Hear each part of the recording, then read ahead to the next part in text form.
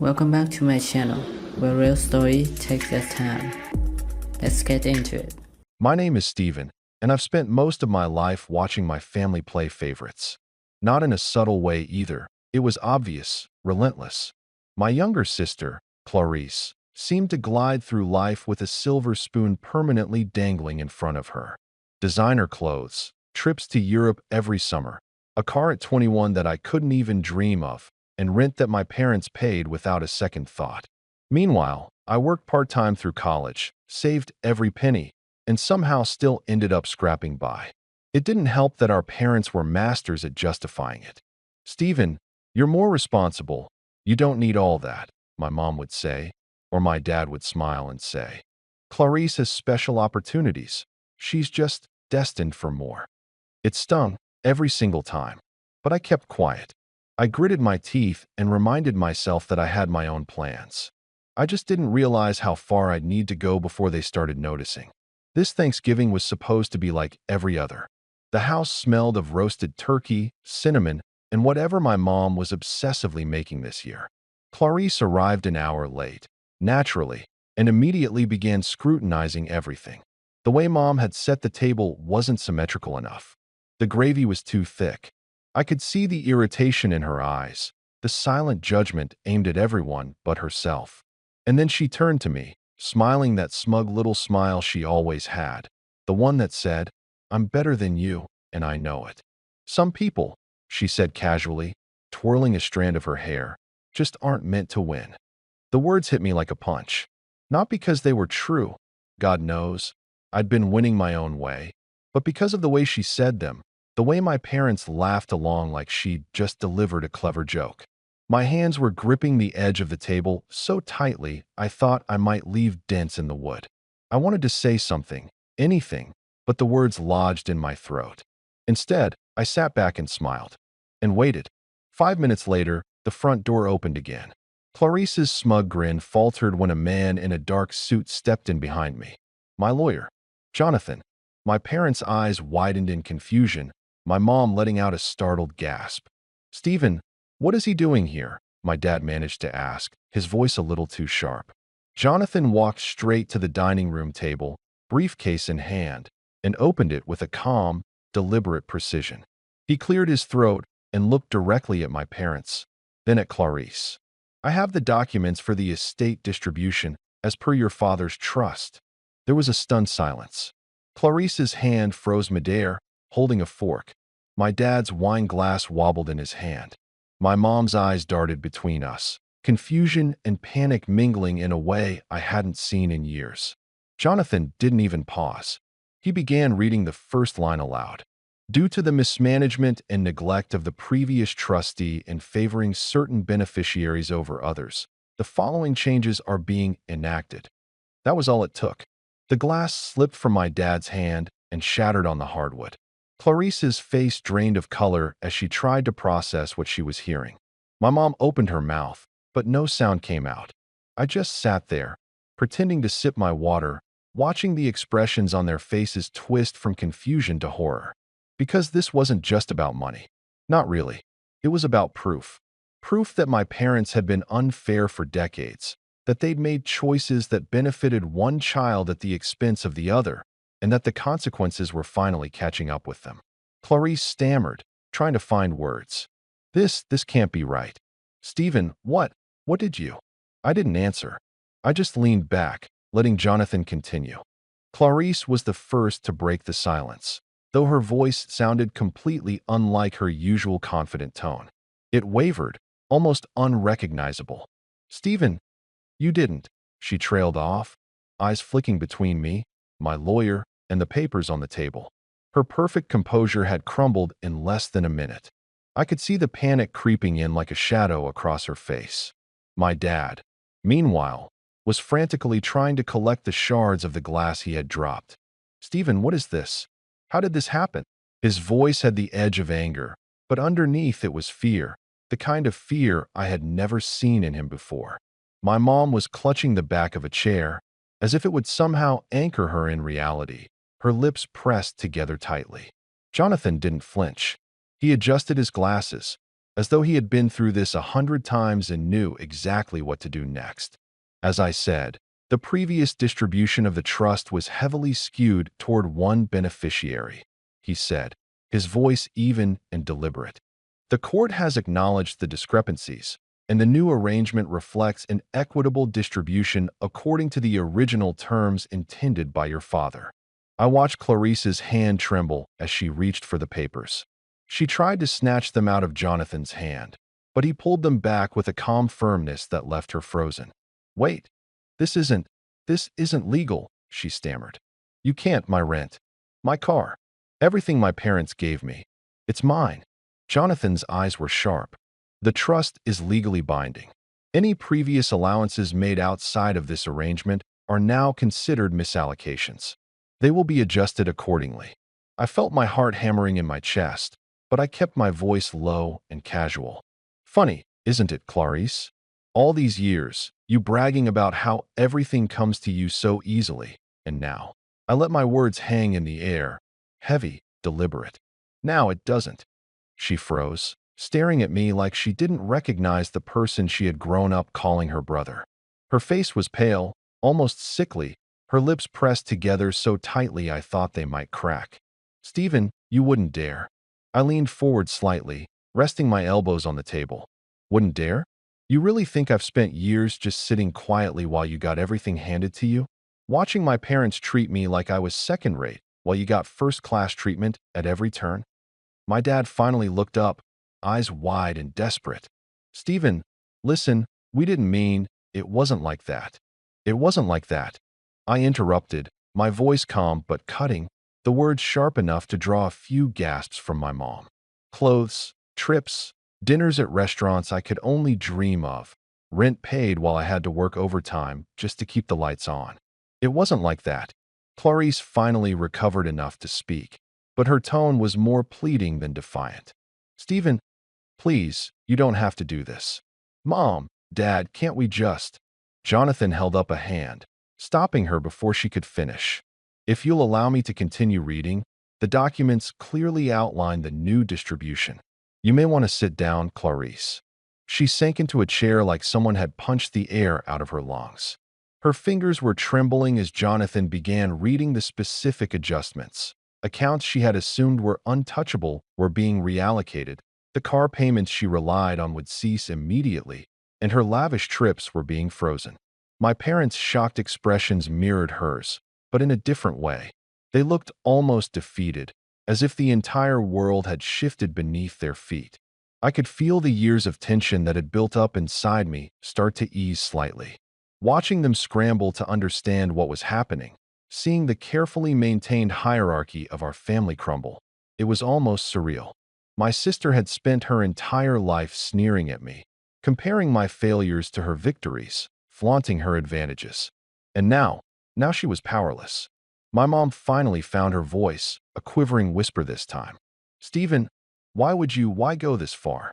I looked at her, trying to keep my expression neutral, even though a small part of me wanted to let her see the years of resentment that had built up. Because someone had to, I said simply. Because every time Clarice got more than she needed, every time I got scraps, someone had to make it fair. Clarice's hands were now shaking so violently, she almost dropped her wine glass. This can't be real. This has to be a mistake. My life, my plans, you can't. I held up a hand, not needing to say anything else. The room was heavy with silence, the kind of silence that comes after a storm has broken but before the aftermath sets in. My parents were silent, guilt and fear etched across their faces, and Clarice was frozen, caught somewhere between disbelief and panic. Jonathan, ever professional, continued reading, detailing how the trust would now be managed and monitored. Any attempts to hide or withhold assets will be legally pursued, he said matter-of-factly. These adjustments take effect immediately. The words hung in the air like a hammer suspended above a nail. Clarice's face had turned nearly white, and she was gripping the table edge like it would somehow stop the ground from falling out from under her. My dad's hands were trembling, a sheen of sweat on his forehead. My mom was quiet, staring at the floor like she'd suddenly realized the reality of everything she had overlooked. I leaned back in my chair and exhaled slowly. For the first time in my life, I felt the sense of control I had been craving. Not just control over my own life, but over the dynamic that had defined my family for decades. And yet, even as I watched the shock settle in around the table, I knew this was only the beginning. Because there were still conversations to have, reactions to anticipate, and decisions that would ripple through our family for months, maybe years, to come. And one thing was certain, my sister wasn't going to accept this quietly. She was entitled, cunning, and ruthless when she wanted something. And she wanted to fight back. I glanced at Jonathan, who gave me a subtle nod, then turned my attention back to my family. The storm was just starting, and I had every intention of seeing it through. Clarice didn't speak for several minutes. She just sat there, staring at the documents like if she blinked, everything might disappear and life would go back to the way it was. But the reality was painfully clear. It wasn't going back. Not ever. Her breathing was shallow, almost panicked, and her hands gripped the edges of the table so tightly that her knuckles had turned white. I watched her carefully. I didn't gloat. I just observed. Years of resentment, of being treated like I was invisible, had taught me the power of patience. Let her unravel. Let my parents squirm. They had ignored me, brushed off my efforts, and made a mockery of fairness. Now, the scales had shifted, and I wasn't about to rush the moment. My dad finally spoke, his voice tight, strained. "Stephen, this is absurd. You can't just. This isn't how families work. We made allowances, yes, but," his words faltered. He glanced at my mother, as if looking for backup, but she just shook her head, her face pale. "But this is legal, Stephen. I don't even know what to say. I trusted you to be reasonable." I leaned back in my chair and let him stew for a moment. "Reasonable?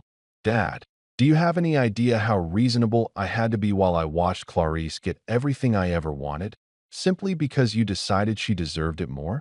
Reasonable doesn't get you anywhere when people are treating you like a placeholder in your own family." Clarice made a noise, a kind of choking laugh that didn't reach her eyes. "Stephen, please. You don't have to do this. Mom, Dad, he's trying to humiliate me. Right?" She looked at my parents, her voice trembling. "You can tell him to stop, can't you?" My mom's face was tight, conflicted. She opened her mouth, then closed it. My dad shook his head slowly. "Clarice, I don't know what to do." This was set in motion legally. I didn't expect." "You didn't expect?" I echoed, incredulous. "You didn't expect me to actually stand up for myself? To enforce the rules that you ignored for decades?" Clarice's hands were now fidgeting with the edge of her napkin. She looked small, fragile even, but I knew better. She wasn't fragile. She was cunning, and she didn't take loss well.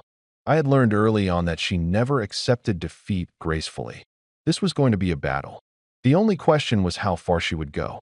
Jonathan spoke again, his tone measured, professional. "To clarify, Stephen's legal actions are entirely compliant with the trust stipulations. Any objections must be filed formally, through the courts. Attempts to circumvent this will not be tolerated." Clarice's face twisted into something between anger and disbelief. "Courts? Legal action? Stephen, this isn't fair. None of this is fair." I let the words sink in, then said softly, almost conversationally, "Fair? Clarice, for years, you've lived in a world that wasn't fair for anyone but you. Every trip, every gift, every favor. You thrived while I barely got by. And now it's fair." Her mouth opened and closed like a fish out of water. My parents looked like they'd been punched in the gut. My mom finally whispered, "Stephen, we didn't realize." "Didn't realize?" I cut in sharply. "You didn't realize that every time you gave her something extra, it hurt me? That I noticed every little comparison, every little favoritism? That I lived in the shadow of a child who never had to work for anything?" The room was tense enough to feel like it could shatter. Clarice's hands were still shaking. She tried to speak again, but Jonathan held up a hand, stopping her. "If you'd like to formally contest these adjustments, you may do so, but until the court rules otherwise, they are effective immediately." She slumped in her chair, silent for a moment, then suddenly jumped up, nearly tipping her chair over. This isn't over, Stephen. You think you can just take everything I've had, everything I've worked for. Her voice was sharp, but it lacked the confidence she normally carried. It was edged with desperation, and I could see it in the way she glanced at my parents, as if looking for an ally. But there was none. My parents were cornered, unsure, flustered, and I could feel the shift solidify. I finally spoke again, my tone calm, deliberate, almost casual. Clarice, it's never been about taking. It's about balancing. You've had decades of imbalance. That ends now. Her jaw tightened. You'll regret this, Stephen. I promise. You have no idea what I'm capable of. I smiled faintly, and it wasn't a warm smile. It was the kind of smile that comes when someone thinks they're scared of you, but you've already spent years preparing for exactly this moment. Clarice, I've been planning for this my whole life. My dad was muttering under his breath, trying to regain control of the situation. Stephen, this isn't what we intended. Clarice, don't you think? I held up a hand, cutting him off. Dad, intentions don't matter. Actions do. And your actions over the years have been crystal clear. I'm just responding accordingly. Clarice's eyes flitted between me and the papers on the table. She realized, finally, that the house of cards she had relied on for years was collapsing. Her luxurious lifestyle, her security, all dependent on favoritism and unchecked indulgence. It was crumbling before her eyes. And she couldn't stop it. Her lips pressed into a thin line. This isn't over, she said again, more quietly this time, almost like a hiss. I'll find a way. You won't see it coming, but I'll. I raised an eyebrow. Clarice, do you really think I haven't anticipated that? Every move you might make, every sneaky plan, every attempt to claw back what you think is yours, I've already accounted for it. She stared at me, visibly unsettled now. I could see the arrogance drained from her, replaced by something else. Panic, fear, and the realization that I had grown far beyond the brother she had always looked down on. Jonathan closed the briefcase, snapped it shut with a precision that sounded almost surgical in the quiet of the dining room. That concludes the initial reading of the documents. Any further questions should be addressed through formal channels. Attempts to intimidate or influence Mr. Stephen regarding these changes are strongly discouraged. Clarice sank back into her chair, breathing heavily, her fingers still trembling. My parents exchanged uneasy glances, both clearly reeling from the shock of the changes and the sudden shift in family dynamics. For the first time, I wasn't the powerless one. For the first time, I had leverage. And I wasn't done. Not by a long shot. Because while the documents had shifted the balance in my favor, there were still games to be played, manipulations to anticipate, and one particular sibling who had spent her entire life thinking she was untouchable. Clarice was going to push back. I knew that. But this time I was ready. Every move she made, every desperate attempt to regain control, would be met with calculated, deliberate counteraction. The next few days felt like watching a pressure cooker tick toward its limit.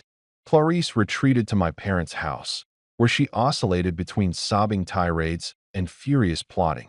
My parents, wobbly, guilty, ashamed, kept calling me at odd hours, trying to explain away years of favoritism like it was a minor lapse in judgment.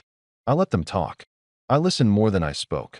The less I said, the more their own words revealed how deep the rot went. I spent most of my waking hours with Jonathan. We met in his office, over coffee and meticulously organized manila folders, going through financial statements, handwritten notes, and emails. I had expected resistance from my parents to whatever legal avenue I'd take. I had not expected the extent of the paper trail they'd left behind. There were transfers from joint accounts earmarked for Clarice, living expenses, signed notes explaining preferential payments, and a decade's worth of receipts with my name never once appearing on the family contributions ledger. It wasn't just favoritism, it was active diversion of family resources. Jonathan kept saying the same thing: facts matter. Documentation matters. Time and again he reminded me not to ride the waves of immediate satisfaction. No car repossessions, no grand public callouts, no headline-grabbing theatrics. Small, precise moves, he said. Let the legal machinery do the heavy lifting while we positioned ourselves to be untouchable, which is exactly what I did. I let the trust do the talking. I didn't post anything on social media. I did not call Clarice names or send her passive-aggressive messages. I let the documents, endorsed, stamped, and filed, work quietly in the background. That silence unnerved her more than anything else. For someone who built her life on showmanship, the quiet was a new and unfamiliar opponent, and she did not waste time testing it. First came the manipulative letters. Clarice sent a cascade of emails to relatives, family friends, and a handful of local people who had always been impressed by her orbit. They were carefully crafted, heartfelt pleas, thinly veiled accusations that I'd tricked our parents, subtle hints that I was out for control. She used charity events and alumni groups to spread the narrative that I was the one seeking to punish success. A couple of the older aunts, people who had always liked her, forwarded Clarice's messages to my parents with worried notes. I watched the forwarding chains like a hawk, tracking who she'd reached and what excuses they offered. Next, she tried financial countermeasures. Knowing the trust adjustments cut off some of her credit lines, she attempted to secure a personal loan using a cosigner, an acquaintance who chewed through six-figure deals for fun. That fell through when the lender ran a standard check and found the trust adjustments already in motion. The lender called Jonathan to confirm, and I made sure the call was brief and clear. Everything was in order, everything legal. The lender folded their offer with a polite, "We can't take on the risk." Clarice's desperation changed form, turned into manipulative bargaining. She called my mother daily, alternating between weeping and threats, and my mother, bless her, was easily swayed by the audible sobbing. My mom started sending apologetic texts asking me if there was anything she could do to make this right. I didn't reply for a while, not because I wanted to punish, but because every reply would be an invitation to more manipulation. Meanwhile, I started a different kind of work. If Clarice wanted to turn public opinion, I would make sure public opinion had all the facts. Quietly, carefully, I compiled a folder for the few people who mattered. A distant cousin who had always acted as family accountant, the landlord who held Clarice's lease, and a small circle of community members who'd been asked to sit on potential family trustees in emergency contingencies. I arranged private meetings, one-on-one, and showed them the documentation, the transfers, the dates, the memos. I explained how the trust functioned and why the changes were not punitive but corrective. It was slow, patient work, another layer of foundation building. Each person I briefed added a small measure of social insurance against the rumor mill Clarice was trying to spin. That didn't stop her from trying other, meaner tactics. She started targeting my job. Subtle, cowardly stuff. An anonymous email to my manager questioning my professionalism. A rumor about me being difficult to work with. I felt the tremor of it, but again I let procedures take the lead. I met privately with my manager, walked through my responsibilities, and produced evidence of my performance. The manager closed the case within a week and apologized with an embarrassed smile. The anonymous sender was never identified. Then Clarice got reckless. She began contacting old friends of ours, people who'd been at family gatherings years ago, dredging up personal stories she could twist. She called our high school principal with an accusation about a scholarship I'd once received, an accusation so thin it barely held, but it showed that she was willing to harry anyone who might be sympathetic to me. The principal, who remembered both of us clearly, laughed the conversation off and called my mother to remind her that such calls were childish. When bullying and rumors didn't move the needle, Clarice turned to legal theatrics. Through a friend of a friend, she hired an ambulance chaser-type legal counsel who promised dramatic emergency filings. The first attempts were laughable, hastily drafted motions with shaky footing. Jonathan and I beat them back easily. The filings were dismissed on technical grounds. I imagined Clarice throwing money at people who told her what she wanted to hear, not what she needed. But the thing about spite is that it compounds. Small attempts to intimidate didn't appease her. They only stoked her fury.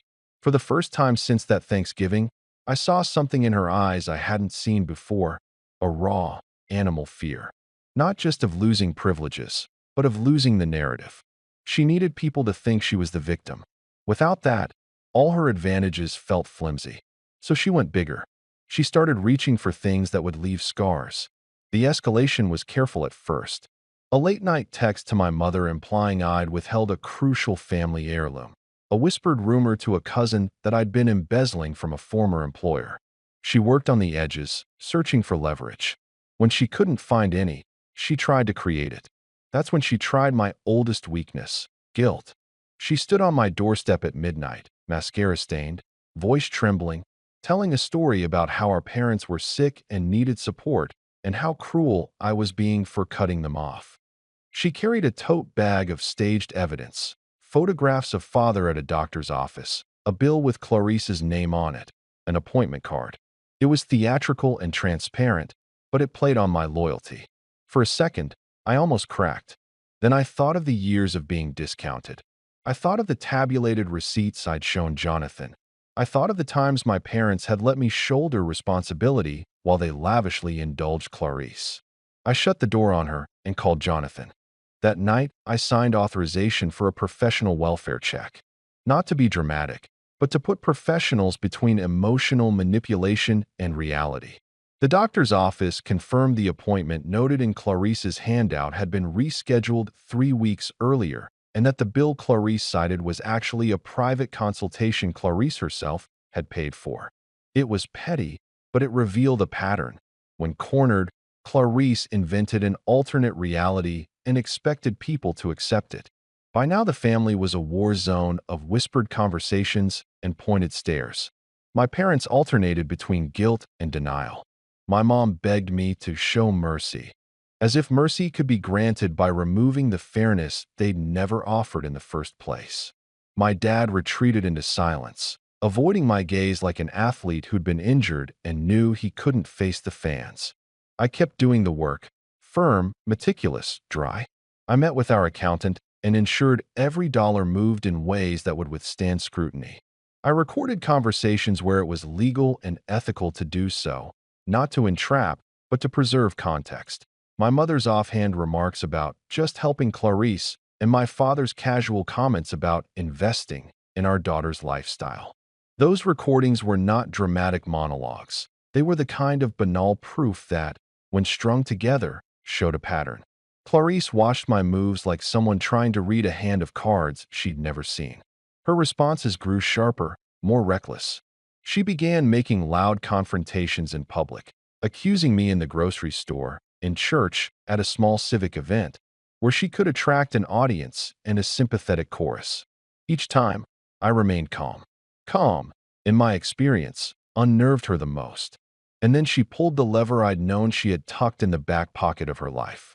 She hired a private investigator. It was a clumsy move. PI firms are expensive, and she started with someone cheap and blustery. A man who asked more questions than he answered and seemed to have a particular fondness for dramatic statements. He compiled a dossier of half-truths, photographs of family meals, and snippets of social media posts. Nothing illegal, just intrusive and expensive for what it was. Clarice took the dossier to a small chain of local gossip columnists, offering scoops that insinuated impropriety. A couple of the smaller outlets ran pieces with headlines framed as questions, innuendo parading as journalism. That press sting faded fast. Most of the coverage was embarrassingly thin, and the more reputable outlets ignored it outright. But some damage had been done. Certain acquaintances who'd once been friendly kept their distance. Some invitations dried up. Social circles shifted subtly, like a tablecloth rucked by an unseen hand. I could have leaned into fury. I could have posted screenshots, threatened legal action, called her out publicly. Instead, I took a breath and set a new plan in motion. If Clarice wanted to weaponize gossip and a shredded reputation, I would counter with facts and predictability. I scheduled a family meeting, formal, notarized, and invited only the people whose opinions mattered. I presented the timeline of transfers, the signed memos, and the legal clarifications in a concise packet. I did not raise my voice. I presented the truth like a ledger and watched people's eyes move from line to line. The atmosphere in the room shifted with each page turned. Clarice, who had prepared a theatrical speech, found the floor under her feet suddenly cold. She left that night in a swirl of threats and promises I chose not to record. But something in me had shifted from reaction to strategy. I began to map the next phase. Not humiliation, but containment. If she continued, I would methodically remove the means she used: financial enablers, sympathetic audiences, careless allies. I would make a life for her that required independence rather than dependence on our parents' allowances. At the same time, I had to prepare for the unpredictable. Clarice had always had resources, old family friends, a knack for finding the right person at the right moment. I could anticipate her moves, but I could not predict everything. So I built contingencies, a backup trustee, a list of people who would vouch for our family's financial transparency, and a legal reserve to counter any frivolous filings. 2 weeks later, as winter started to touch the leaves and the house lights in the neighborhood seemed to glow with extra vigilance, I received a call that made my stomach flip. It was Jonathan, blunt and quiet. The way he sounded when a case turned unexpectedly. "Stephen," he said, "there's something you need to see. I don't want to alarm you, but Clarice filed an emergency motion this morning, and the language is aggressive. She's alleging document fraud."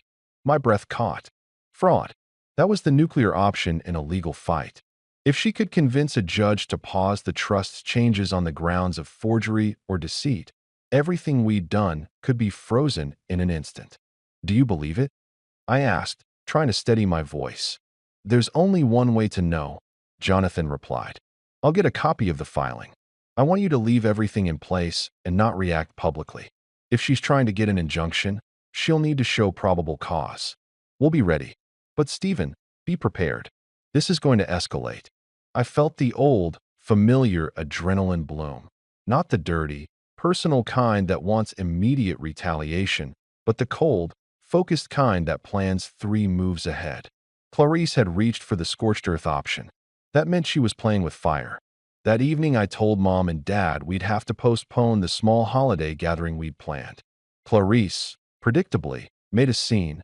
Public outrage, frantic phone calls, the kind of script she used when cornered. She posted a terse appeal on her page, asking friends to support the truth, and labeled her critics as jealous. A handful of people expressed support. The rest watched and waited. 2 days later, Jonathan called again. "The filing is more than a filing," he said. "She's got an affidavit attached. Someone signed it claiming father revoked the trust changes months ago." My heart went cold. An affidavit. Someone on paper stating that Dad had changed his mind. If the signature was genuine, we had a serious problem. If the signature was forged, then we were looking at a criminal accusation from Clarice. Fraud allegations, perjury, even tampering. "Where did it come from?" I asked. "We don't know yet. The signature looks similar, but sloppily copied in spots. I'm getting handwriting analysis and tracing the origin." In the meantime, Clarice has filed for an emergency injunction to freeze the trust adjustments until the court can determine the affidavit's legitimacy. There's a hearing early next week. A hearing, a stage, the place where everything would be aired publicly, in dry legal language and under oath. Clarice was trying to change the venue from familial whispers and behind-the-scenes maneuvering to the courtroom, where her affidavit, true or false, would get the shine of procedure. I sat back and thought of the long nights, the receipts and memos stacked like armor. I thought of Clarice standing on my doorstep with staged sympathy and the PI's cheap photos. I imagined her now, in front of a judge, trying to palm off an affidavit as evidence. I had prepared for calculators and ledgers, for signatures and bank statements.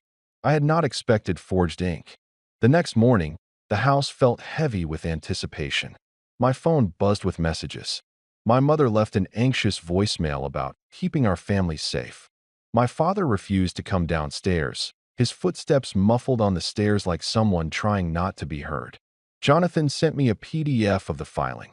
I opened it, and there it was, a formal, muscular motion stamped by a clerk, with an attached affidavit executed in front of a notary. The affidavit was short, clinical, and devastating in its implications. Clarice's lawyer had filed it with a local court. The clerk's stamp meant the motion was now official. The hearing date was set, the clock was ticking, and for the first time in weeks, I felt the thrill of being on the defensive as well as the offensive. I called Jonathan back. "What do you need from me right now?" I asked. "Everything," he said. "Everything you collected, every recorded conversation that's legal, every bank record, the witness list. I want your parents to testify, but we need to prepare them. Also, don't go to the house unless you must. This has the potential to get ugly in person." He paused. "And Stephen, don't let her bait you into a public spectacle. The court will want facts, not performances." I agreed and hung up. Outside, a delivery truck rattled past. The light was pale and thin for the season. I felt the tension in my jaw like a rope being tightened. That night, I packed the folders I thought would matter most into a slim briefcase. The ledger of transfers, copies of old checks with endorsements to Clarice, emails where Dad casually approved payments, text threads where my mother suggested helping out. I added notarized statements from the accountant, a sworn affidavit from one of Dad's old business partners who remembered the original intent of the trust, and a concise cover letter for the judge that Jonathan had crafted, a calm, procedural narrative of what had happened and what we were asking the court to consider. I slept fitfully. At 4:30 a.m., I woke to my phone buzzing. It was Jonathan, terse. "They served papers at the house," he said. "Sheriff's deputy was there earlier to deliver sealed documents. Clarice's team filed a temporary restraining order as an emergency measure. They want an immediate freeze. You should expect detention." My coffee went cold. Paperwork had already arrived. The machinery had started rolling in their favor. I drove to the courthouse feeling like an actor stepping into a theater where the next act would determine everything. People moved in small groups, clutching legal pads, speaking in subdued tones. My lawyer and I took the small, windowless room reserved for counsel and witnesses, and we began to rehearse, line by line, the narrative we would present. Outside, the hallway filled slowly. I saw Clarice less than 10 feet away, speaking in rapid, urgent tones to a woman in a navy suit I didn't recognize, likely one of her counsel. Her face was pale and focused, and for the first time she bore a look I hadn't seen on her in years, a real, clear determination edged with desperation. She was no longer performing, she was fighting. When the bailiff called our case, the room creaked with the shuffle of papers. My palms were steady, oddly calm. Jonathan gave me a look that said everything would be okay if we stuck to the facts. Our judge was a careful man who asked few questions and listened more than he spoke. Clarice's counsel presented the affidavit prominently, placing it in the judge's hands as if it were an intact key. Then Clarice stood and walked to the bench herself. She had a small, sealed envelope clutched in both hands.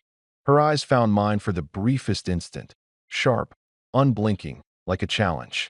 She said something to the judge in a soft voice the microphones barely caught. The judge nodded and asked her to present the envelope. My throat tightened. The room leaned forward, a collective intake of breath. Clarice broke the seal and reached for the paper inside. Clarice's fingers shook slightly as she unfolded the paper inside the envelope. The courtroom was silent. Every eye focused on the small, crumpled sheet of paper she held. She cleared her throat and began reading, her voice pitched high with a mixture of defiance and fear. "Your Honor, this affidavit states that the previous changes to the trust were revoked by my father on March 15th. I felt Jonathan's hand on my shoulder, calm, reassuring, and I knew immediately what he was thinking. This was a forgery. It was clumsy, obvious, and poorly timed. Clarice had overreached in her desperation, and the document was going to be her undoing. I leaned forward slightly in my seat, keeping my expression neutral. The judge scanned the document, then looked at Clarice, and finally turned his gaze to Jonathan. "Counsel," the judge said, voice measured. "This affidavit raises questions regarding authenticity. How do you respond?" Jonathan stepped forward, placing a calm hand on the table. "Your Honor, we have already submitted documentation showing that the trust adjustments were made legally and properly, with the knowledge and approval of all relevant parties at the time. The affidavit in question appears to be fabricated. We have obtained handwriting analysis and a notarization verification, both of which indicate significant inconsistencies with known signatures of Mr. Stevens' father. Clarice's eyes widened, a flicker of panic crossing her face. She opened her mouth to speak, but Jonathan held up a finger. Furthermore, he continued, any attempt to freeze or halt the trust adjustments based on this document would be legally unjustifiable. We respectfully request that the motion be denied and the changes remain in effect immediately. The judge nodded slowly, studying the paper and then Clarice's increasingly desperate expression. Very well, he said, tapping his pen. Given the inconsistencies in this affidavit and the clear evidence of legal action already undertaken, the motion to freeze the trust adjustments is denied. The court recognizes the legitimacy of the existing changes. A quiet wave of shock swept across the room. Clarice's shoulders slumped, and she sank back into her seat, staring blankly at the floor. My parents' faces were pale, guilt etched into every line, and my mother's hands trembled as she gripped the edge of the table. My father's jaw was tight, his eyes avoiding mine. The judge continued, I will be reporting the irregularities in this affidavit to the appropriate authorities for further investigation. Filing a false affidavit under oath is a serious offense. Clarice's face went white. She opened her mouth, but no words came out. The gravity of what she had done and the consequences it could carry finally registered. I felt a slow, satisfying sense of closure settle over me.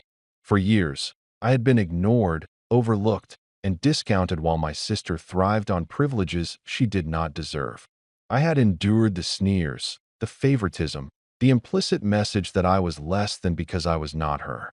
But now, after careful planning, methodical execution, and patience, the balance had shifted irrevocably. After the hearing, we left the courthouse. Clarice did not speak to me. She did not look at me. My parents followed behind, silent and uneasy. Once we were in the car, Jonathan handed me the folder containing all the documentation, neatly organized and ready for any further challenges, though I doubted there would be any. Back at my apartment, I finally allowed myself to exhale. The trust adjustments were finalized. All of the accounts, properties, and allowances that had been unfairly skewed in Clarice's favor were now corrected. Her car payments ceased, her rent was no longer covered, and the lavish trips she had relied on were officially cut off. She had spent decades building a life on the expectation of entitlement, and that foundation had crumbled. My parents, finally confronted with the reality of their actions, were subdued. They knew they could not undo the legal corrections, and their attempts at reasoning or pleading were met with polite firmness. I made it clear that this was not a negotiation. The trust reflected fairness, not favor, and there would be no compromises. Clarice tried one last attempt to rally sympathy, making whispered calls and texts to family and friends. But by then, the pattern of her behavior had been fully exposed.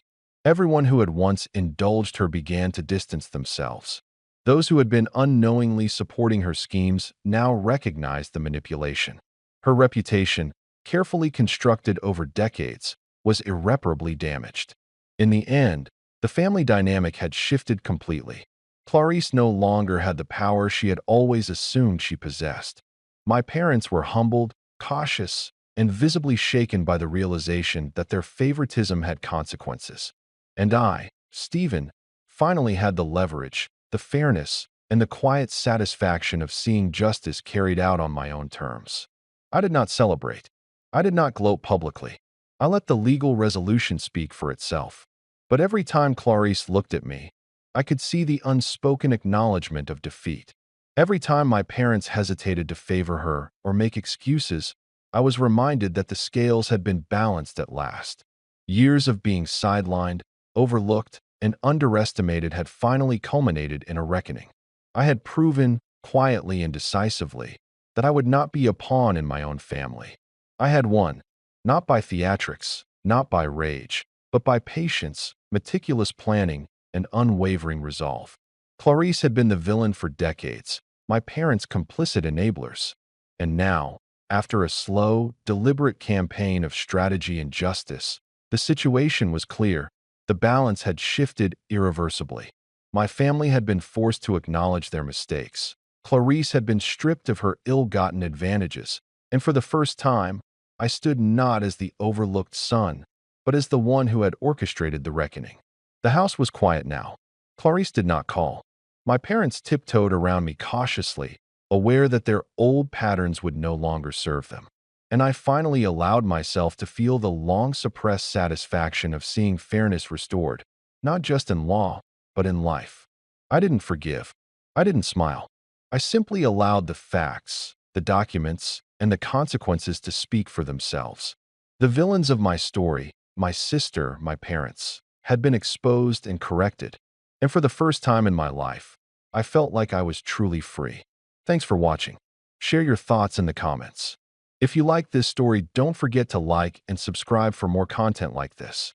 Hey everyone, my name's William, and I honestly never thought I'd end up writing something like this. I've read plenty of stories here about entitled parents and spoiled siblings, but I always figured mine were just a little overbearing, not full-on delusional. Turns out I was wrong. To understand what happened on my 27th birthday, you need to know the kind of household I grew up in. My parents, especially my dad, always favored my younger brother, Ethan. He's 23 now and has never worked a stable job for more than a few months at a time. Every time he quits, there's always an excuse. His boss was unfair, his co-workers were lazy, or the job was beneath him. My parents buy every word of it. Meanwhile, I've been working since I was 16. I paid for my own college, bought my own car at 21, and even helped with bills a few times when Dad's business hit rough patches. I never made a big deal out of it. That's just how I was raised, to be responsible, to pull my own weight. Or at least, that's what they told me growing up. Funny thing is, that rule only ever applied to me. Ethan, on the other hand, could crash his car into a mailbox and somehow get rewarded for it. I'm not exaggerating. He once backed into the neighbor's fence, blamed it on the poor visibility, and my parents actually bought him a new car. Still, I tried to keep my distance from the family drama after moving out 3 years ago. I focused on work, saved money, and fixed up my own place. I visited occasionally, usually on holidays or birthdays, to keep the peace. Which brings me to last weekend, my 27th birthday. Mom called a week before to say they were planning a small celebration at the house. I hesitated because these celebrations always somehow turned into Ethan-centered events, but I figured, whatever. It was just dinner. I could survive one evening. When I got there, everything seemed normal at first. The table was set. There was a store-bought cake, which already told me Mom hadn't exactly gone all out, and Dad was grilling in the backyard. Ethan wasn't around, which I silently appreciated. Mom hugged me and said, "I can't believe my oldest is 27 already. You're such a grown man now." She said it with that smile that never quite reached her eyes, the same one she used when she wanted something. Dinner was fine. We talked about my job, how things were going, and Mom even seemed genuinely interested for a while. But when Ethan finally showed up halfway through dessert, the energy in the room shifted. He walked in all confident, like he owned the place, with his phone in his hand and that smug grin that made my teeth clench. "Hey everyone," he said, plopping down next to Mom. "Sorry I'm late. Traffic was insane." Dad chuckled. "No problem, son. We were just talking about how your new job's going." That was news to me. Last I heard, Ethan had quit another office job 2 months ago. He leaned back and said, "Yeah, I start next week. Sales position. Big opportunity. But I need reliable transportation this time. The old car's done for." Mom glanced at Dad, then at me. That's when my stomach dropped. I didn't know why yet, but something about the way they were looking at me told me I wasn't going to like what came next. Dad cleared his throat. "That's actually something we wanted to talk to you about, Will. You know your car, the Honda you bought a few years ago." I nodded slowly. "Yeah, what about it?" Mom folded her hands together. "Well, Ethan's going to need something dependable for his job. He can't afford a new car right now, and we know you work close to home. So, we were thinking maybe you could let him use yours for a while." I blinked, thinking I must have misheard. "You want me to lend Ethan my car?" Dad shook his head. "Not lend, son. It makes more sense for it to be his now. You can use Mom's old sedan in the meantime. It's just sitting in the driveway." For a few seconds, I couldn't even process it. My own car, something I worked for, maintained, insured, and paid off, was suddenly being reassigned like it was a shared household item. I laughed, thinking it was some twisted joke. You're serious? Mom sighed. William, you've always been practical. You don't need something fancy. Ethan needs it for his career. It's just how family helps each other. I felt my jaw tighten. That car isn't fancy, it's reliable. Because I made it that way. I paid for it. Not you, not Dad, and definitely not Ethan. Ethan rolled his eyes. Relax, man. It's just a car. I'll take good care of it. That's when I realized this wasn't just about a car. It was about control. They'd done this my whole life. Taken what was mine and handed it to him with a smile. I stood up, pushing my chair back. No, that's not happening. Dad's expression hardened immediately. Don't talk to your mother like that. We already made the decision. The car's in the family's name anyway. That part hit me like a brick. I'd bought the car myself, but years ago, when I was younger and still trusting, Dad had helped with the registration paperwork. I never thought twice about it. I clenched my fists under the table. You're kidding me. You put it in your name, Mom said softly. It was just easier for insurance at the time. You were still living here. Ethan smirked. Guess that means it's Dad's call, huh? Something in me snapped right then, not loudly, not dramatically, but quietly. The kind of breaking that makes everything afterward feel crystal clear. I didn't yell. I didn't argue. I just said, all right. If that's how it is, fine. Dad nodded like he'd just handled the situation. Glad you understand. Family helps family. Mom smiled in relief. You'll thank us later. Ethan grinned wider. Appreciate it, bro. I didn't respond. I just walked out. But before I left the house that night, I made one quick stop in the garage. I barely slept that night. I kept replaying the scene at dinner in my head. The smug look on Ethan's face, Mom's patronizing tone, Dad's calm finality when he said, "We already made the decision." It wasn't just about the car anymore. It was about every single time they'd taken something from me and justified it under the excuse of family. When I was 12, Dad gave Ethan my bike because you're too old for it anyway. When I was 16, Mom used the money I'd saved from mowing lawns to buy Ethan a gaming console to keep him occupied. In college, I worked 2 part-time jobs while Ethan dropped out of one semester and was praised for taking time to find himself. And now, after years of trying to earn their respect, they were trying to strip me of the one thing I truly owned. Something inside me shifted that night. It wasn't anger exactly, more like cold clarity. I realized that reasoning with them never worked because they didn't see me as an equal. To them, I was the dependable one, the one who could be relied on, manipulated, and guilted into compliance. Ethan was the fragile one, the project they always needed to help. But I wasn't going to play that role anymore. So while they were still inside talking about how well everything went, I walked into the garage. It was quiet except for the faint hum of the old freezer by the door. The fluorescent light flickered above me, and my Honda sat there, spotless as always, the last thing in this house that still felt like mine. I opened the trunk and took a long look at everything I'd stored there. My tool kit, jumper cables, a first aid box, a small emergency kit I'd put together years ago. All things I'd bought with my own money. I started pulling them out one by one, setting them aside neatly. Then I lifted the hood and disconnected the battery. It wasn't drastic, not yet. Just enough that the car wouldn't start. But as I stared at the engine, I had a thought. A dangerous, satisfying one. See, my dad always bragged about being mechanically gifted, but he rarely touched his tools unless it was to show off. I, on the other hand, actually knew what I was doing. I'd maintained that car religiously, replaced parts myself, even upgraded the interior over the years. If they wanted to claim it as theirs, I figured they could have it, just not in the way they expected. I won't say exactly what I did that night, not yet, anyway, but let's just say the car they thought they were handing over wasn't the same one sitting in the garage when I left. It wasn't damaged exactly, more like altered. And I made sure it was altered in a way that would make a very clear statement once Dad tried to show it off or when Ethan tried to start it up. Before I left, I placed the keys on the workbench next to the toolbox. And then I took one last look around. The walls were lined with Dad's dusty trophies from when he used to race cars in his 20s.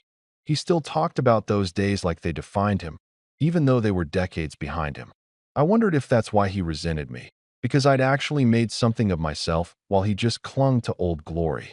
I closed the garage door quietly and drove off in Mom's old sedan. The one she said was just sitting in the driveway. The irony wasn't lost on me that I was leaving in the same car she'd offered me as a consolation prize. When I got home, I turned off my phone. I needed space. I didn't want to hear their excuses, not yet. I spent the night cleaning my apartment, trying to shake off the adrenaline. But every time I closed my eyes, I saw Dad's face when he'd said, "You'll thank us later." Morning came, and the call started. At first, it was Mom. Her voice on the voicemail sounded half panicked, half scolding. "William, what did you do to the car? Your father's in the garage, and he says something's wrong. Please call us back immediately." Then Ethan's texts started rolling in. "Very funny, man. What did you do to it? Dad's mad. He says you tampered with something. Seriously, you're acting like a child. You should be happy to help your brother." I didn't reply. Around 10 a.m., Dad called. This time I picked up.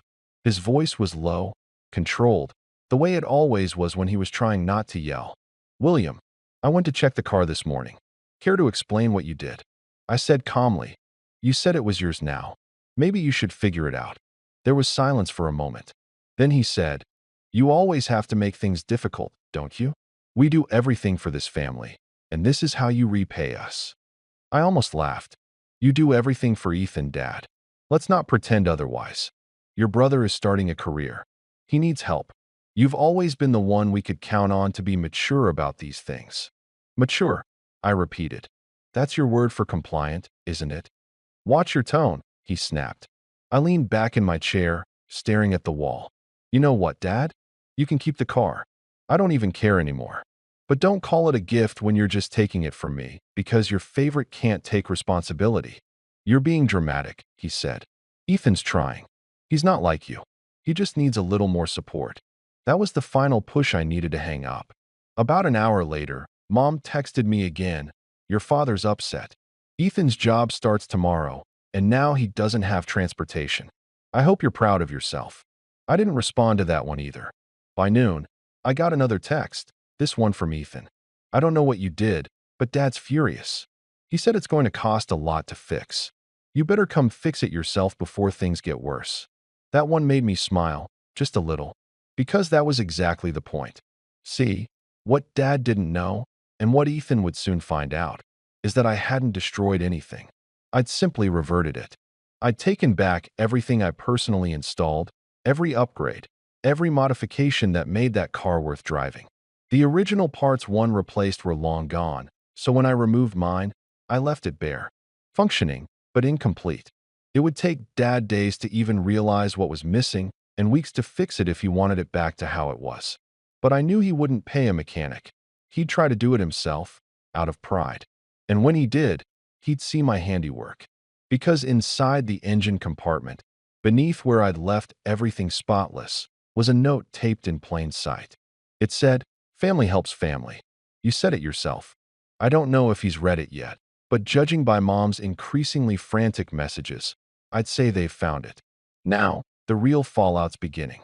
My aunt texted me earlier saying Mom's been calling everyone in the family, trying to paint me as ungrateful and unstable. Apparently, Dad's embarrassed because the neighbors overheard him yelling in the garage this morning. Ethan's threatening to take legal action, which is funny because he doesn't have the faintest clue what that even means. But what's most interesting is the sudden quiet from Dad after that last call. No more lectures. No more guilt trips. Just silence. And that silence tells me he's not just angry. He's thinking. He's realizing I'm not the obedient son he can push around anymore. And that's where things are now. I haven't gone back to their house since. They still think I'm sitting here waiting for them to come to their senses, but I'm not. I'm done waiting for them to treat me like family when they've never acted like it. Still, something tells me this story isn't over yet. Because Mom just texted again, this time, not with guilt, but with something that sounds almost like desperation. She wrote, "Please, William, you need to come home. Your father wants to talk." It's about the garage. That last part made my stomach drop because I know exactly what else was in that garage, and it wasn't just the car. When Mom texted saying Dad wanted to talk about the garage, I hesitated for hours before responding. Part of me wanted to ignore her entirely, just to let them sit with whatever shock they were experiencing. But curiosity got the better of me. I wanted to know what exactly had them so shaken.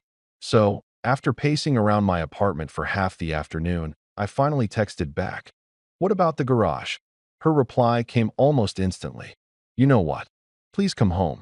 Your father needs to speak to you in person. That line, in person, told me everything I needed to know.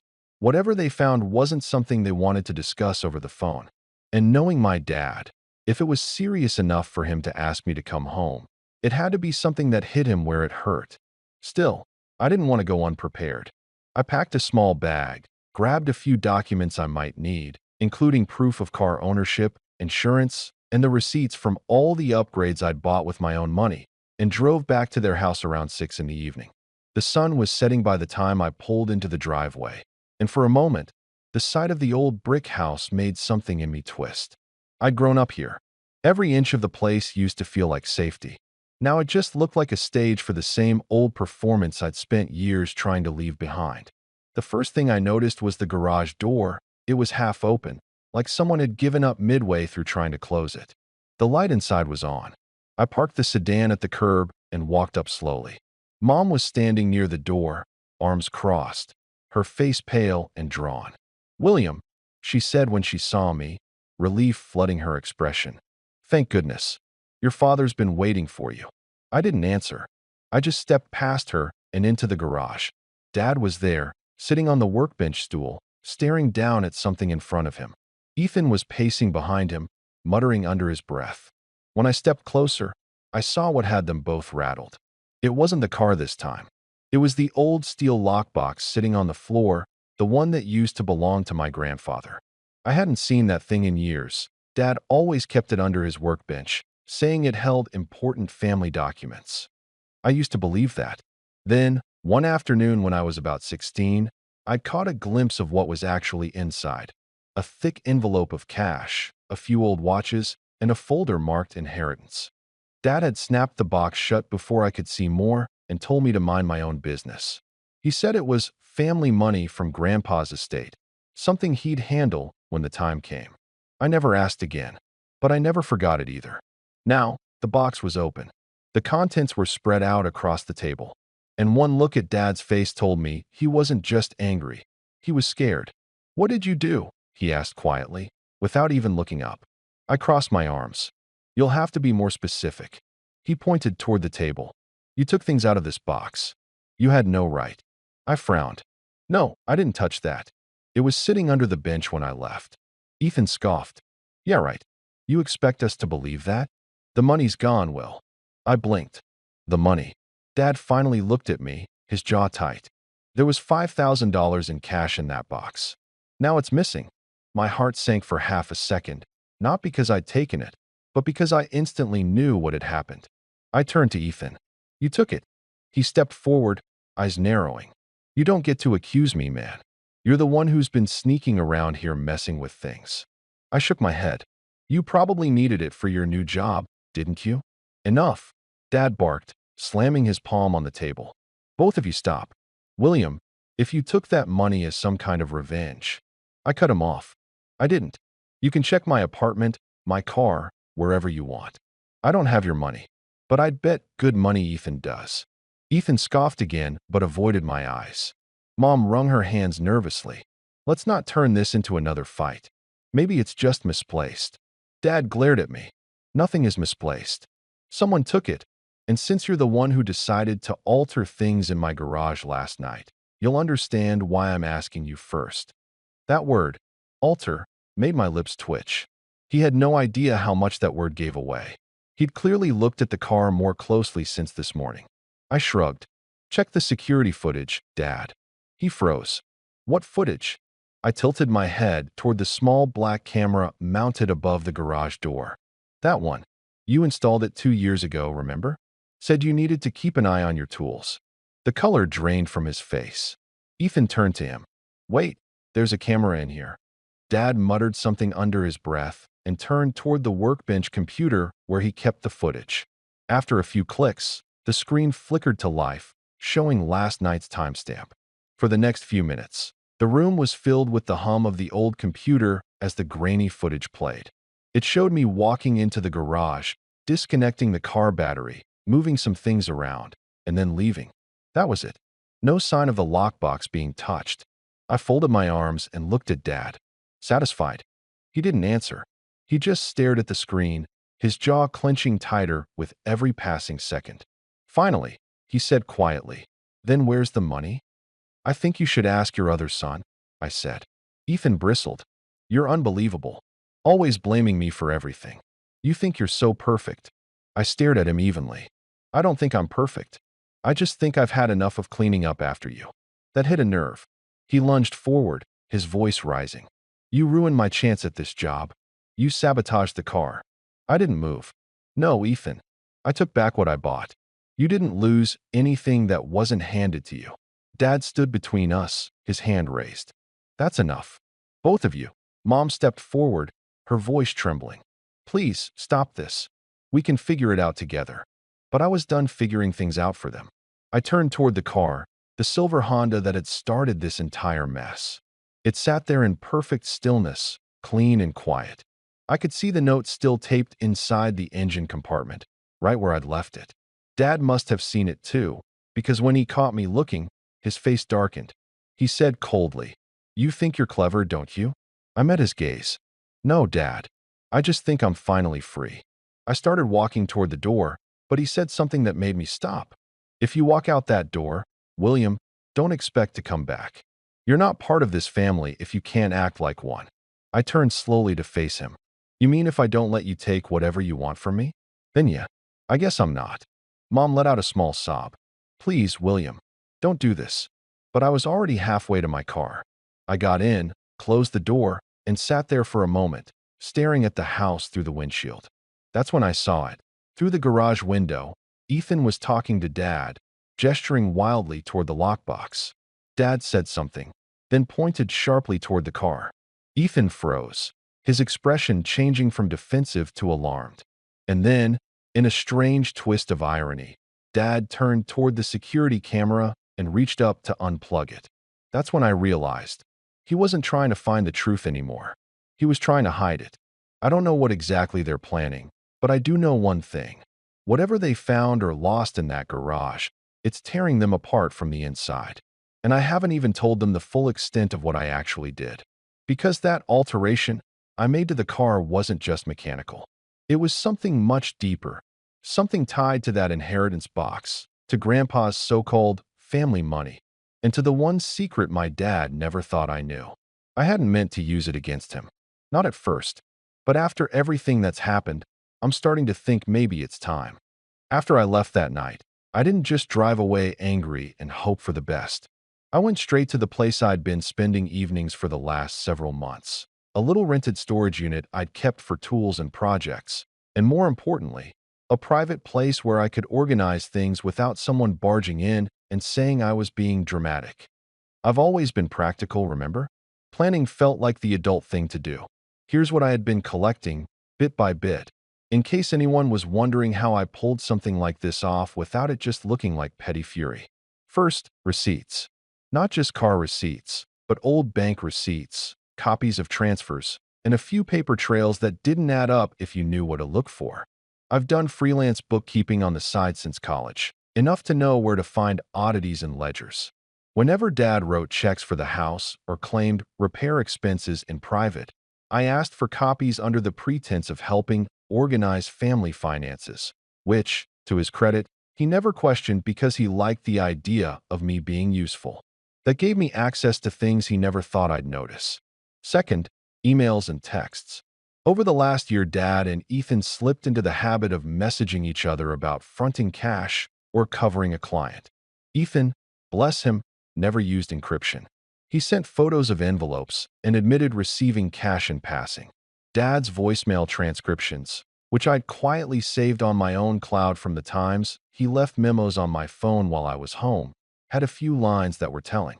Nothing cinematic, Just the kind of casual talk that, when put together with receipts, makes a pattern. Third, the physical stuff. Grandpa's lockbox had, for years, sat in the bench under the work table. I'd seen it as a kid and wondered what was inside. When I was 16, I'd gotten a glimpse and lied to myself that it was family keepsakes. Later, when Dad panicked about taxes and moved papers around, I noticed a missing certificate for a small parcel of land Grandpa owned. It was never discussed. Quiet things like that pile up, especially when you're the only one paying attention. So I made copies of everything I could. PDFs, scanned receipts, photos of the relevant pages of old ledgers, and a bunch of notes tying things together. I didn't take the originals. I never needed to. Originals can be misplaced by someone with a narrative to protect. Copies, on the other hand, are easy to distribute and almost impossible to pretend never existed if they are already out in a few trusted hands. That was the plan. Make copies and put them where they'd matter. I left a copy of the binder with a reliable friend of mine, a paralegal named Carlos who owes me a few favors and knows how to handle sensitive documents. I asked him, weeks earlier, to hold on to the binder with instructions. If I didn't check in within 48 hours of telling him I was leaving for a night, he was to forward the documents to a probate attorney I'd arranged, someone neutral, not family, and to the bank that handled Grandpa's accounts. He laughed when I first showed him what I'd collected, called it dramatic, but I told him this wasn't about drama. It was about making sure I had the option to act if they tried to steamroll me. He agreed. Then I packed a small USB drive with the crucial files, the scannable variant that showed a distribution Dad had been trying to keep quiet, a few bank transfers that didn't line up with what Dad claimed were repairs, and a short audio clip I'd recorded months earlier when Dad, complaining to himself in the garage, muttered something about taking care of the money for when he can't. It wasn't a confession in the legal sense, but it was enough to make someone with access start asking questions. I didn't leave that USB at my place. I placed it in the Honda, taped under the floor mat on the passenger side, and labeled it with a sticky note I knew Dad would read. If car is reassigned, see files. It was small, passive, and obvious enough to bait his curiosity without being aggressive. That brings me back to the garage that night. The car had my files. The car had my note. And, crucially, the garage, with its workbench and lockbox and camera, was where I knew he'd go first. He's a man who likes to inspect things personally. He likes to see what's happening before he spins a story. The morning they discovered the gap in the lockbox, they were distracted. They were looking for cash. That was a narrow focus, and it let them miss other things. While they were yelling and swapping accusations, I sat in my car outside and watched their patterns. I watched Ethan, who's all instinct and bravado, pace and make mistakes. I watched Dad, who thinks he commands the scene by raising his voice, steam, and overreach. People like them always do. When I saw Dad reach up and pull the security camera, that was the point where I knew they were panicking enough to cover tracks. That was the opening I'd spent months waiting for. A little before noon, as they were flustered, I texted Carlos a simple line, "Now." That was the trigger. I'd written him a clear note of what to do if I staged a little domestic upheaval and then disappeared for a night.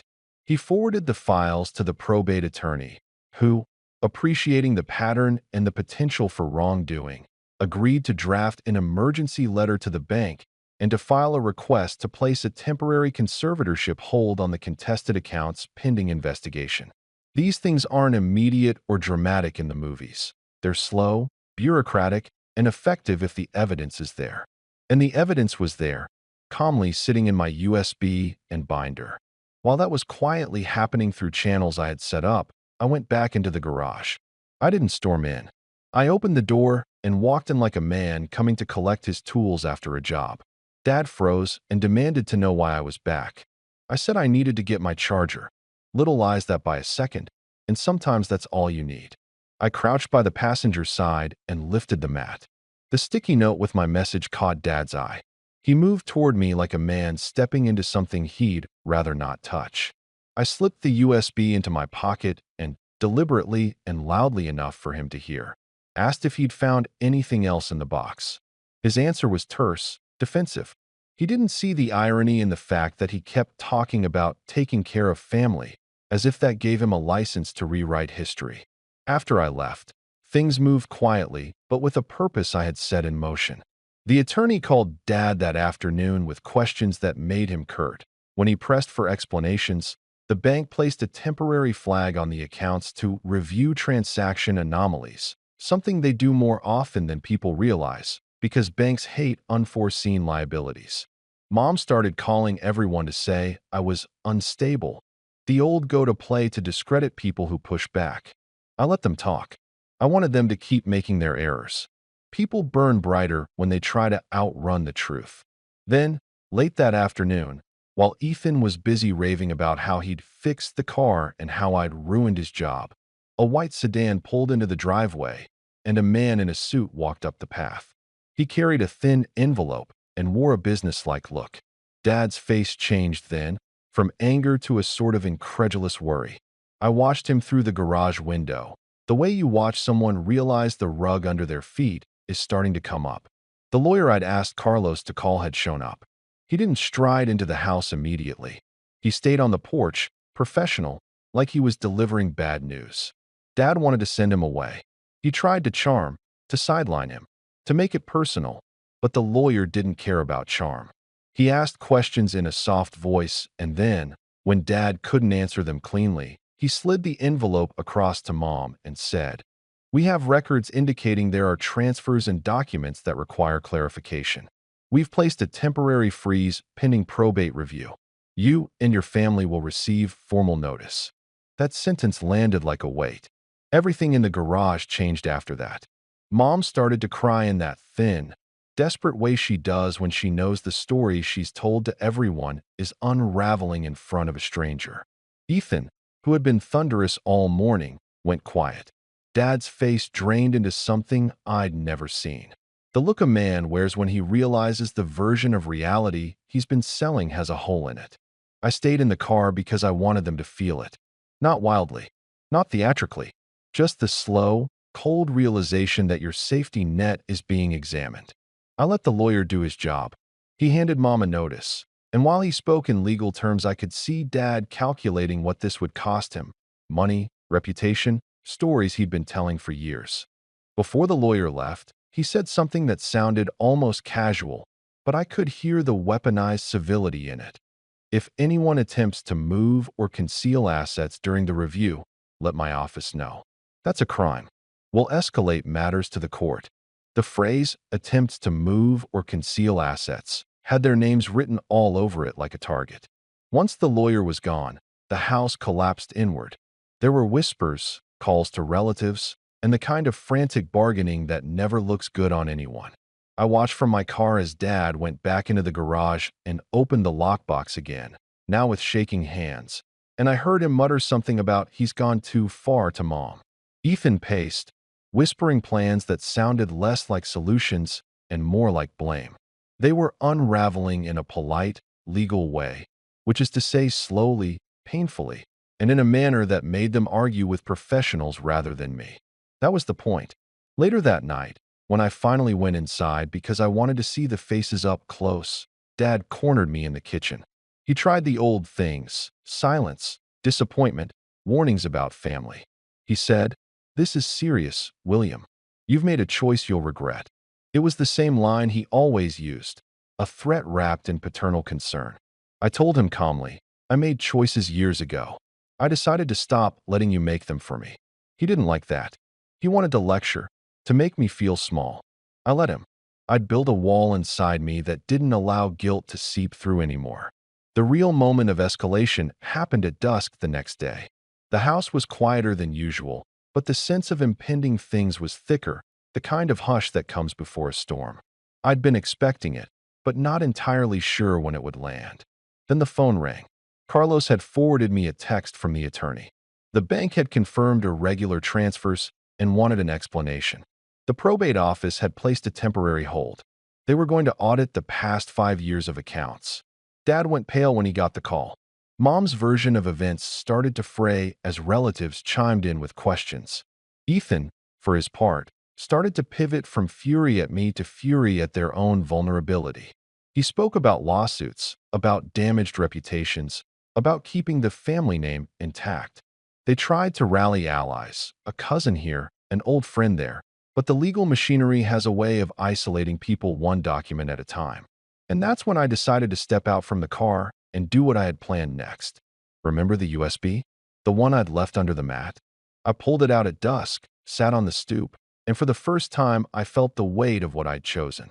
I could have made it public, thrown it online, and watched things blow up spectacularly. I could have slapped them with everything and walked away.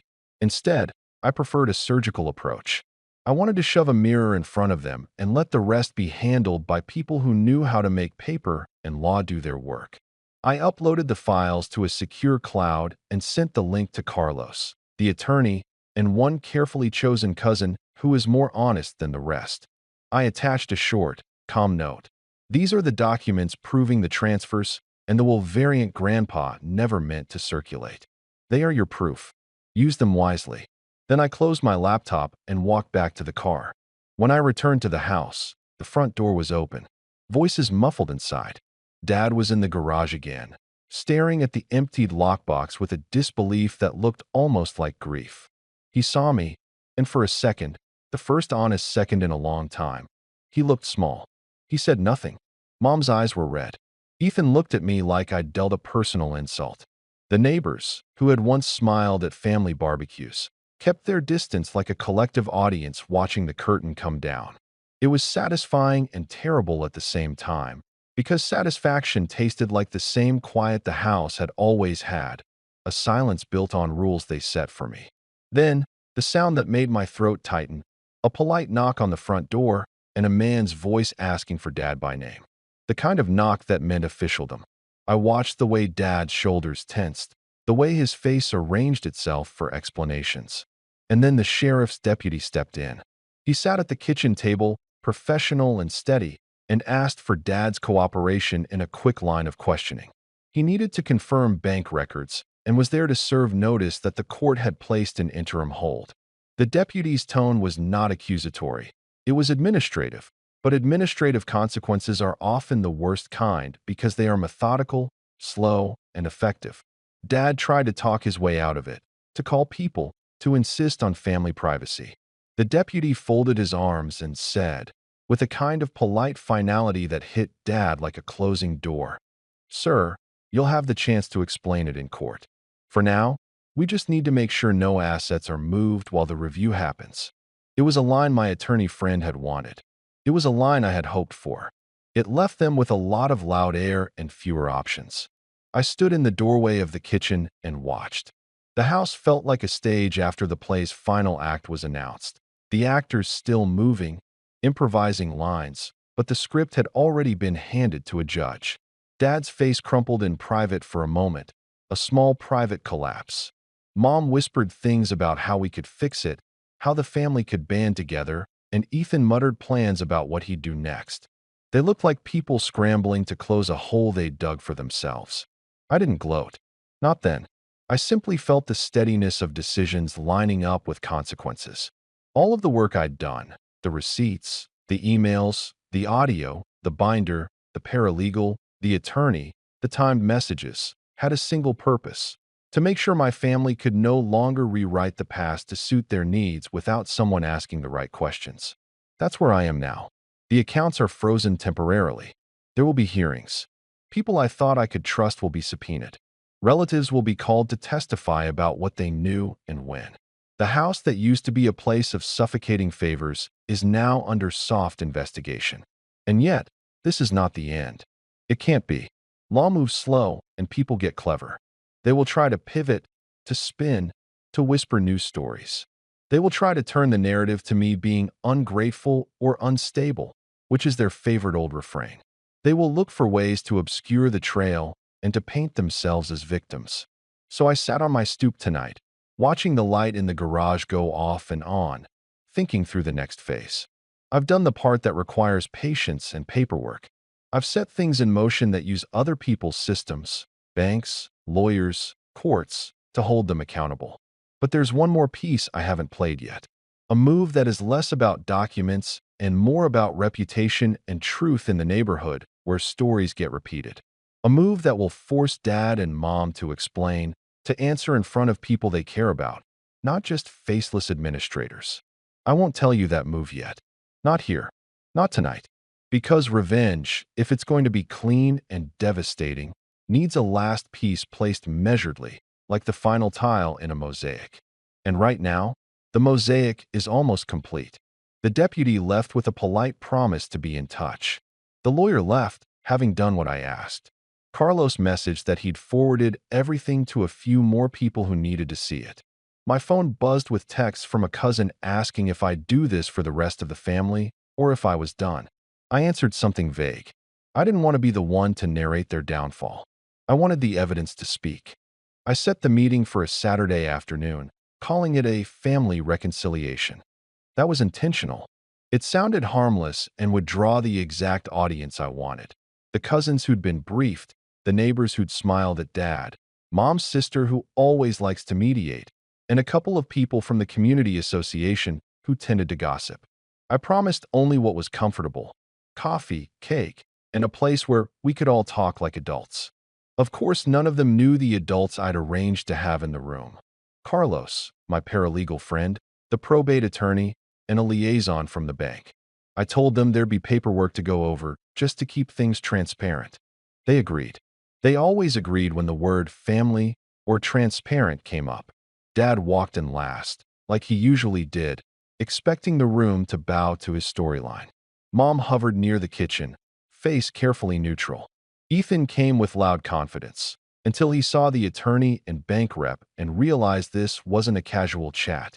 The rest of the room was a curious, slightly nervous audience. I started by being boring. I read the time and asked everyone to sit. Then I said, calmly, "I have some documents to share." I placed the binder on the table, pushed the USB toward the attorney, and let him distribute copies to the bank rep and a cousin I trusted. The lawyer's expression was patient. He'd read this play before. He looked at me once, an almost imperceptible nod that said, "You did the right thing bringing this here." Then I let the evidence speak. First, the ledger copies. Detailed, annotated, with dates and amounts. Transfers labeled as repair costs that went into private accounts. Checks written in Dad's handwriting that paid out to an address Ethan occasionally used. Small amounts, one at a time, but over 5 years they added up. The bank rep confirmed the transfers on the spot. He had the authority to read the entries and the training to keep his tone neutral. He said, quietly, "These transfers are irregular. We will need to extend the review and notify the account holders." That sentence, once spoken in front of family, landed like a verdict. Next, the audio clip. It was short. Dad in the garage, recorded months ago when he thought he was alone, muttering about set some aside now, and when the time comes, he'll have his share. It wasn't dramatic on its own, but with the ledgers it was context. The lawyer played it for a quiet room. Mom looked away. Ethan's jaw worked. Then came the will variant. That file had Grandpa's signature, a dated codicil that redirected a portion of the estate to me specifically for what it called long-term responsibility and care. It was a small portion, not extravagant, but it was enough to show Grandpa's intent was not what Dad had been telling relatives. The lawyer explained the legal implication carefully. If a document exists with clear signatures and can be authenticated, it must be considered. He'd already filed preliminary paperwork with the probate court. The room grew colder. Dad tried his usual tricks.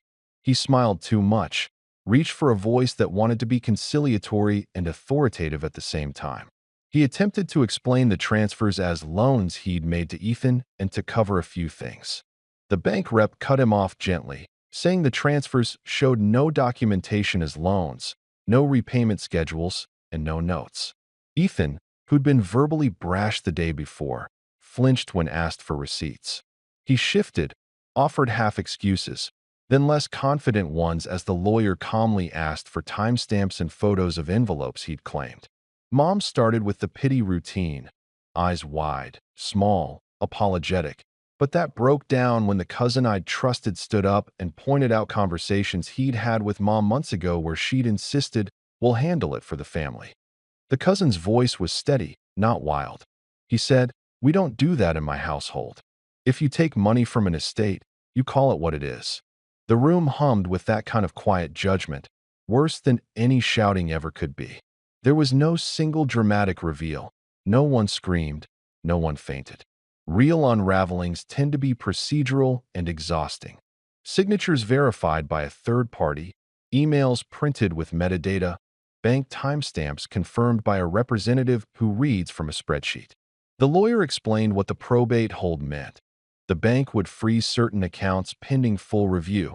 The court could appoint an independent administrator to handle Grandpa's estate.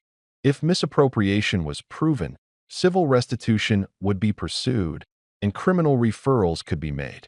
Dad's face went from smoke to ash. Ethan tried to bargain. He offered to repay amounts he didn't have. He started talking about reputations and jobs. The bank rep shook his head and said, gently, "We don't negotiate reputations. We reconcile accounts." That line made Ethan look suddenly small, which was the moment the room had been waiting for. After the formalities, when the lawyer asked for statements, Dad's story finally collapsed from its polite trousers. He stammered. He tried to reframe transfers as family support. The attorney, professionally unimpressed, read parts of the ledger and the audio aloud. Dad's voice thinned. He muttered something about being under pressure, aging, needing to protect the family. It sounded like rationalization, and that's not an excuse in front of a notary and a bank officer. I did not gloat. I answered questions succinctly. I told the truth. I said that I had found irregularities, that I had copies of records, that I had shared them with counsel because I wanted a fair legal process. I said Grandpa had meant things to be transparent. I said if the outcome proved I was right, I wanted restitution for what had been diverted, and I also wanted the legal appointment of an independent administrator. I said, finally, that I didn't want to be part of a family that treated honesty like an inconvenience. After the sit-down, the immediate consequences were practical and methodical. The bank extended the review period and froze contested accounts. The probate court accepted the preliminary filing and set a date for hearings. The lawyer filed an application for an independent administrator and requested a forensic accounting audit. The county sent a follow-up notice about potential criminal investigation if funds disappeared during the review. In plain language, the infrastructure of law moved to protect the estate from further tampering. Social consequences hit too. Word spread because I'd quietly asked a cousin to text certain family members the condensed facts. Neighbors who'd once admired Dad's generosity now approached me with quiet questions. A few people asked if I'd been mistreated when I was younger, and those conversations rippled outward to a handful of mutual friends of the family who began to treat Dad differently. He lost the easy smiles. He lost invitations that had been habitual. The social cord that tied him to the neighborhood eased. That matters to a man who likes his audience. Ethan lost his job offer. The company he'd boasted about did a background and found the irregularities in his narrative, missing references, odd claims, and contact information that didn't check out. They rescinded their offer politely, but finally. For him, the crash was public in a way his tantrums never were. He started calling me later that week, voice small and insistent, but I didn't answer. Legally, the wheels kept turning. The independent administrator found that certain transfers lacked the necessary documentation to be loans or family gifts. The probate court demanded that Dad account for the funds. He couldn't. Under deposition, when asked about where the cash in Grandpa's lockbox had gone, he stammered, offered that it might have been used for family emergencies, and then produced inconsistent explanations. The judge ordered partial restitution and required Dad to sign an agreement to repay suspicious withdrawals over time, secured against a portion of the house. That meant the house would sit under a lien until the debt was satisfied. It was not zero-sum, but it was a public scar. The criminal aspect stalled longer. Prosecutors are careful and evidence-hungry, but the forensic accountant's report was not flattering. It recommended further inquiry into withdrawals that matched invoices for things that never happened. That report went to the district attorney. The DA's office opened a preliminary file. Investigation doesn't always end in charges, but the file exists now with a name attached to it. Dad's name. What I gained was also practical. Probate recognized the will variant and named an independent administrator. I was allowed to participate in hearings and to request certain restitutions for what I'd been deprived of. I got back enough to cover the upgrades I'd made to my car over the years, plus a modest compensation for emotional distress the court acknowledged in a civil finding. I took back the Honda. I fixed what I had altered, reinstalled some original parts, reclaimed a few pieces of myself that had been used as collateral for other people's laziness. I changed the locks on the house I'd been raised in, legally, because the lien and probate made ownership a mess, and I put a line of no contact in place. The family fractured. Mom retreated into quiet calls with relatives who still wanted to preserve family dignity, but their calls felt thin and increasingly absent. Ethan got loud on social media for a few days, blaming me indirectly and painting himself as the victim of sudden misfortune. But most people looked past the sound and read the documents. The cousins who had backed me stayed close. A few who had been sympathetic to Dad found their own consciences tugging them toward the evidence. And me? I moved out of the orbit. I sold the old Honda a few months later for a fair price, used the proceeds to pay legal fees, and set myself up for a quieter life. I invested in an apartment a reasonable distance away, changed my email and phone numbers, and let the legal apparatus handle the rest. I spoke at the hearings. I testified calmly about patterns I'd noticed and the files I'd compiled. I did not yell. I did not break. That was the point. In the end, the situation settled into a form that was clean enough for me. Dad had to account for funds, accept a lien on the house, and live with investigations that made neighborhood barbecues and prideful boasting impossible. Mom was left to answer relatives' questions and to sit with the knowledge that her role as mediator had been, at best, a cover for poor choices. Ethan lost his job prospects narrowed, and he had to start repaying whatever portion of the estate he was found to have taken or benefited from. The probate administrator allocated funds to correct the wrongs as best the law would allow, and the court ordered restitution and oversight. Criminal charges were possible. The DA kept the file open pending any new evidence, which meant Dad lived with the possibility of escalation. Socially and legally, they had been stripped of the easy narratives they used to hide behind. I did not forgive them. I did not reconcile. They had decades to choose the type of people they wanted to be.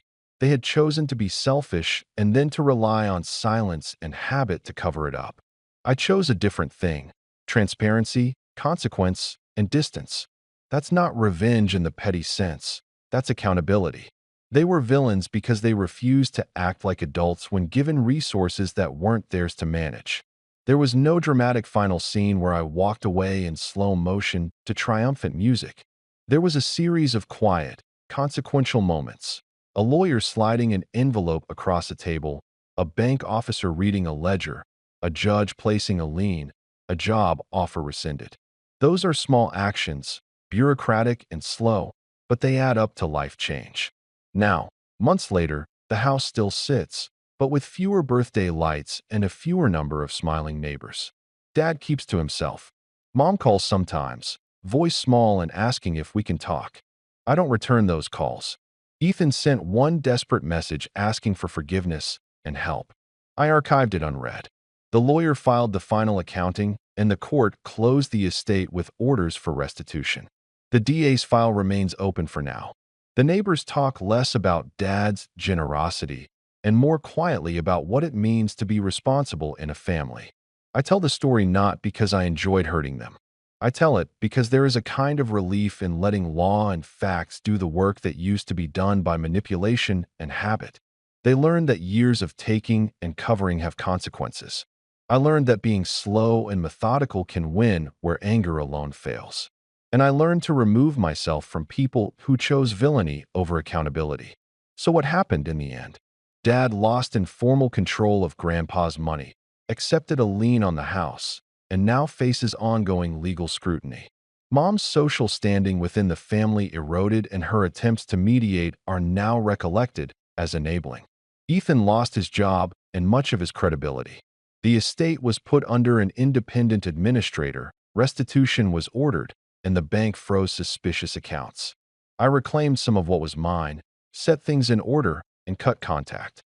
There was no forgiveness offered and none accepted. Only facts, paperwork, and the slow machinery of law and social consequence turning in a direction the family had long avoided. That's the finish. It was not pretty in the way a movie makes it pretty. It was methodical, procedural, and devastating in a way that normalized their choices into real consequences. I don't miss them. I don't regret the steps I took. They had every chance to make different choices, and they didn't. Now they live with those decisions, and I get to live without them. If anything, the last thing I did was change the front porch light to a softer bulb and let the house's silhouette at night be a reminder that some places are safe to leave, not return to. The villains remained villains. The consequences remained in place.